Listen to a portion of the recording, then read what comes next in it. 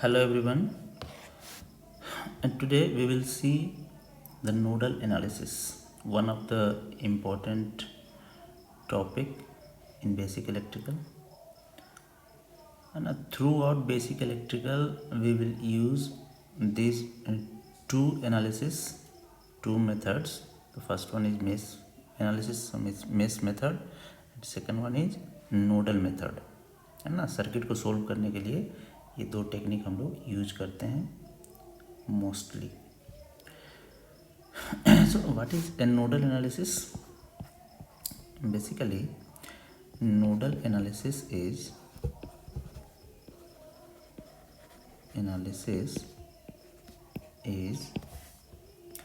simply the application of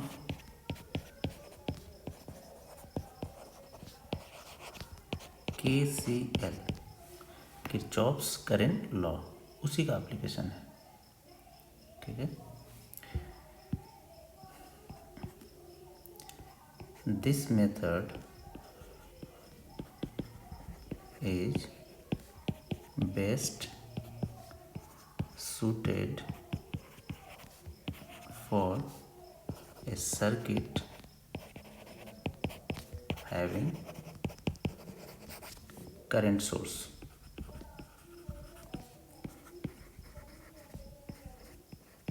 ठीक है, जिसमें करंट सोर्स है या ज़्यादा है कहें तो उसमें हम नोडल एनालिसिस का को यूज करना प्रीफर समझते हैं.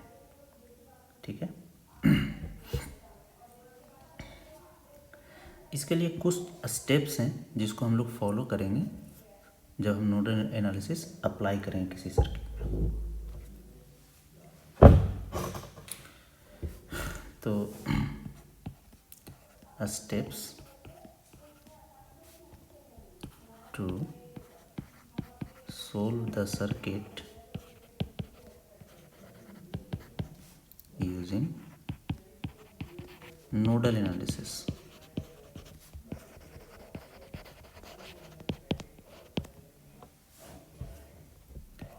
First one is convert the voltage source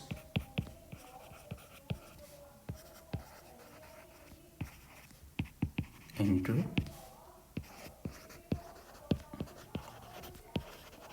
equivalent current source. है ना, अगर सर्किट में वोल्टेज सोर्स है तो उसको आप करंट सोर्स में कन्वर्ट कर दें ओनली इफ पॉसिबल. है ना, पॉसिबल नहीं है तो छोड़ दीजिए, एज इट इज रहने दीजिए. Second step is identify the nodes. ठीक है. एंड assume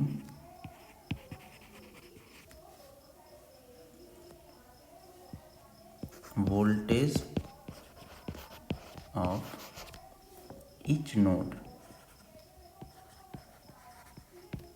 ठीक है. among these nodes one node is taken as a reference node. एक नोड को हम रेफरेंस नोड कंसीडर करेंगे. And voltage of reference node is कितना होता है, 0, या ऐसे लिखते हैं reference equal to 0. Reference node का वोल्टेज उसको हम 0 कंसीडर करते हैं. ठीक है. Third step is write KCL equation.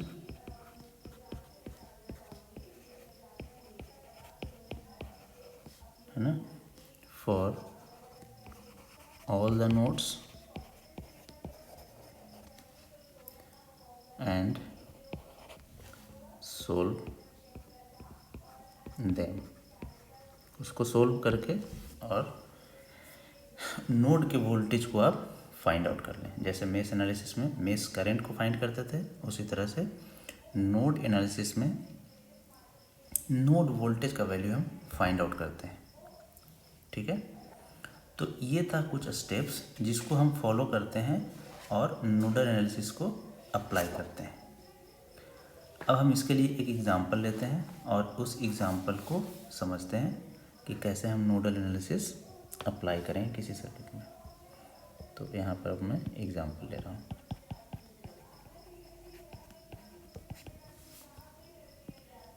ये है आपका एक सर्किट जिसमें एक रजिस्टर है, यहाँ पर एक करंट सोर्स हमने इसे दिया है,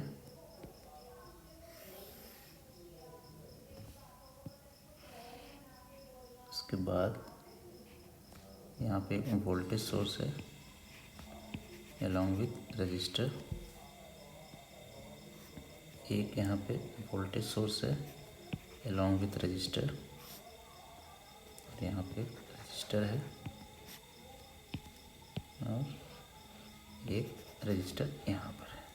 ठीक है, इस करंट का वैल्यू -8 एम्पियर है। -8 एम्पियर का मतलब एरो उल्टा होगा तो +8 एम्पियर कर देंगे, और ये है 0.25 ohm. This is 1 volt, resistance is 1/3 ohm, this is 0.5 ohm, 1 ohm, 0.2 ohm, and this is 5 volt। ठीक है, तो अब इसमें सबसे पहला क्या प्रोसेस होगा कि जितने भी वोल्टेज सोर्स हैं उसको करंट सोर्स में कन्वर्ट कर दें इफ़ पॉसिबल। तो देखिए, पॉसिबल तभी होता है जब इस वोल्टेज सोर्स के साथ एक सीरीज में रजिस्टर लगा हुआ हो, है ना, जैसा दोनों में दिख रहा है, दोनों वोल्टेज सोर्स में। तो उसको हम इक्विवेलेंट करंट सोर्स में कन्वर्ट कर सकते हैं, और कैसे करते हैं वो मैंने बताया है आपको, है ना। तो चलिए हम सबसे पहले वही काम करते हैं। तो इसका हम इक्विवेलेंट सर्किट ऐसे भी बना सकते हैं। चलिए मैं इसी को कॉपी कर लेता हूँ।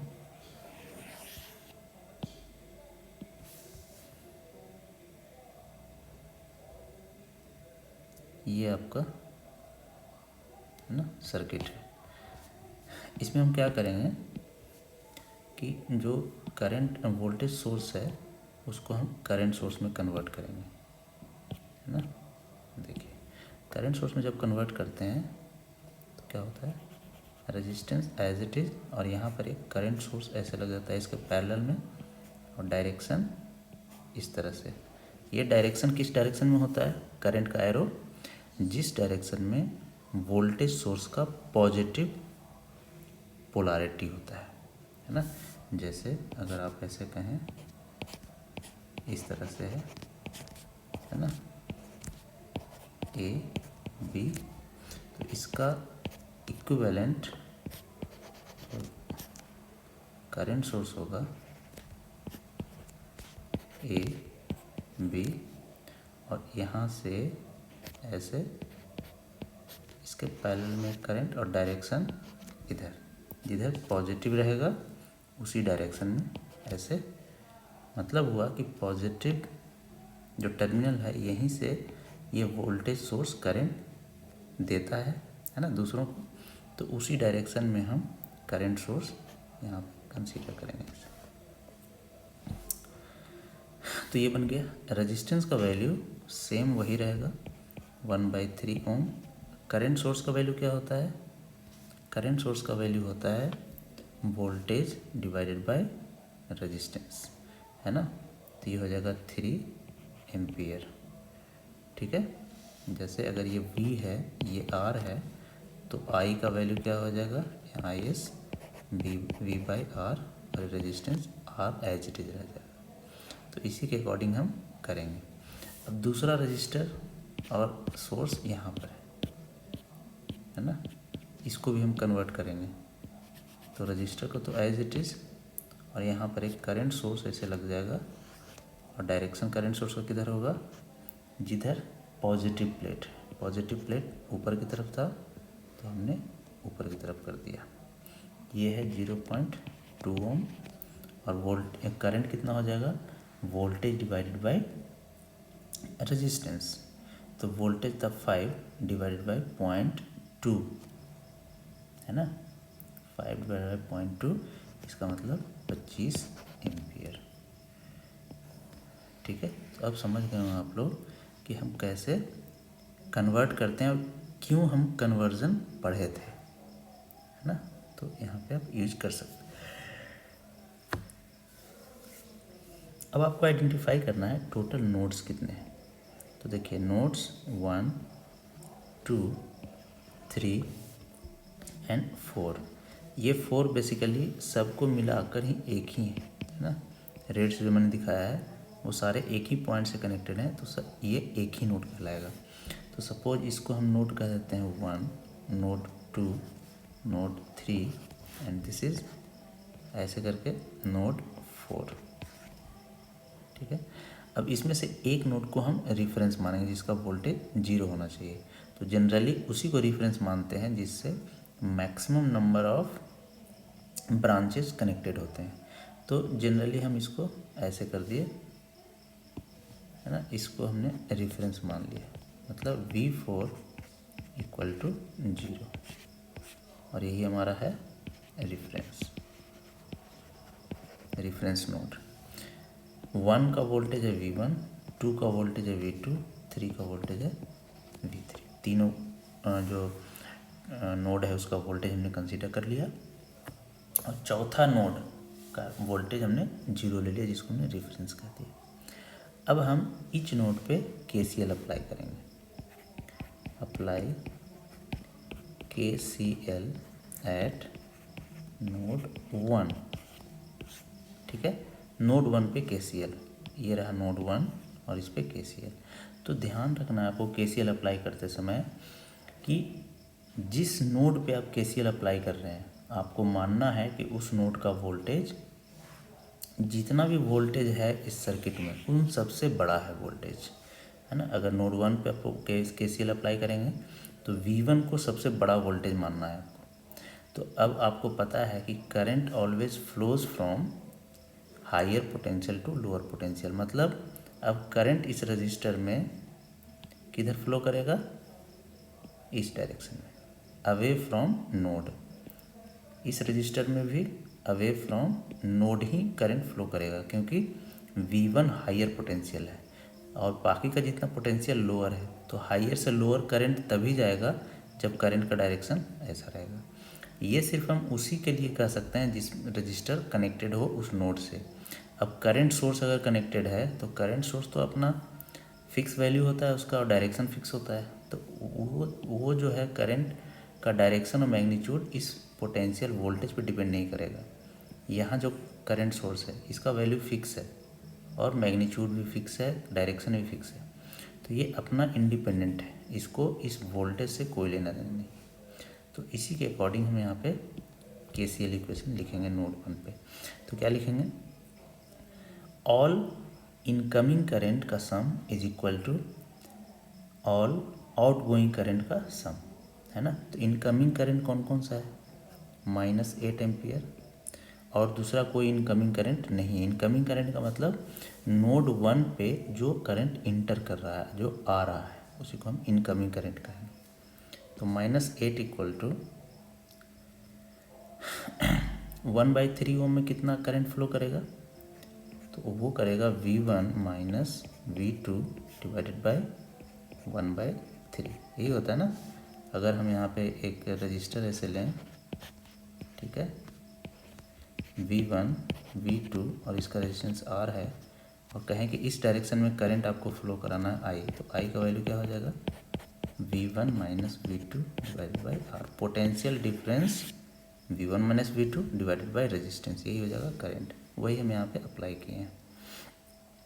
और 3 एम्पियर देखिए बाहर जा रहा है इस नोड से, तो +3 हो जाएगा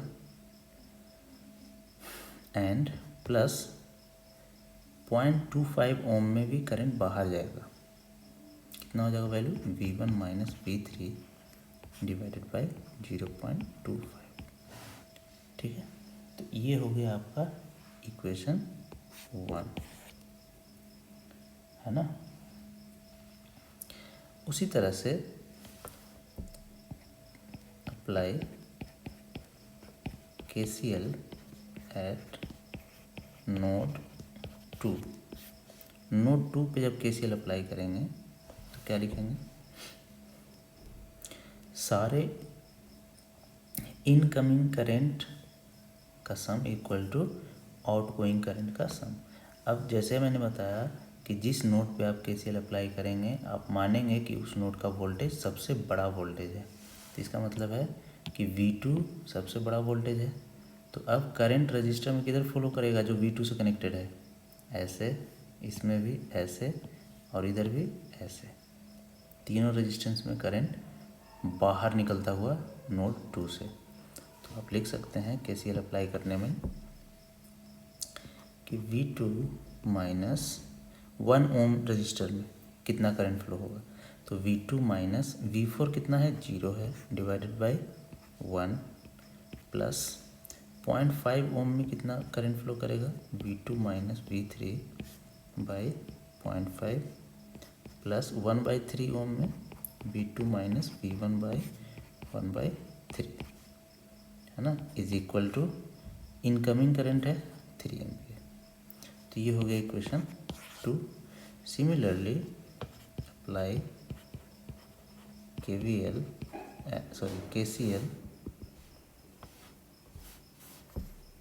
अप्लाई KCL एट नोड 3। तो नोड 3 पे जब KCL अप्लाई करेंगे आप तो कितना लिखेंगे बताइए? सेम उसी फैशन में हम लिखेंगे V3 माइनस 0 डिवाइडेड बाई 0.2, है ना। इस 0.2 ओम में कितना करंट फ्लो करेगा? इस डायरेक्शन में मैग्नीट्यूड कितना होगा? V3 माइनस V4, ये V4 है जिसका वैल्यू 0 है, तो V3 माइनस 0 डिवाइडेड बाई ये resistance plus V3 minus V2 divided by 0.5 plus V3 minus V1 divided by 0.25, है ना, इज इक्वल टू उस नोड पे करंट इनकमिंग कितना है जो अंदर जा रहा है? 25 एम्पियर। ये हो गया इक्वेशन नंबर 3। अब हमारे पास 3 वोल्टेज है, V1 V2 V3 और 3 इक्वेशन भी है। सो हम इन तीनों इक्वेशन को सोल्व करेंगे। After solving equation 1, 2 and 3 we get, कितना मिलेगा आपको? V1 इक्वल टू 1 वोल्ट, ये वोल्ट लिख देते हैं ना, V2 equal to 2 volt and V3 equal to 3 volt. यही हो जाएगा आंसर, है ना। नोडल एनालिसिस से हमने सारे नोड का वोल्टेज फाइंड आउट कर लिया। ठीक है, तो अगले लेक्चर में हम कुछ नया टॉपिक देखेंगे। ये था नोडल एनालिसिस। Thank you.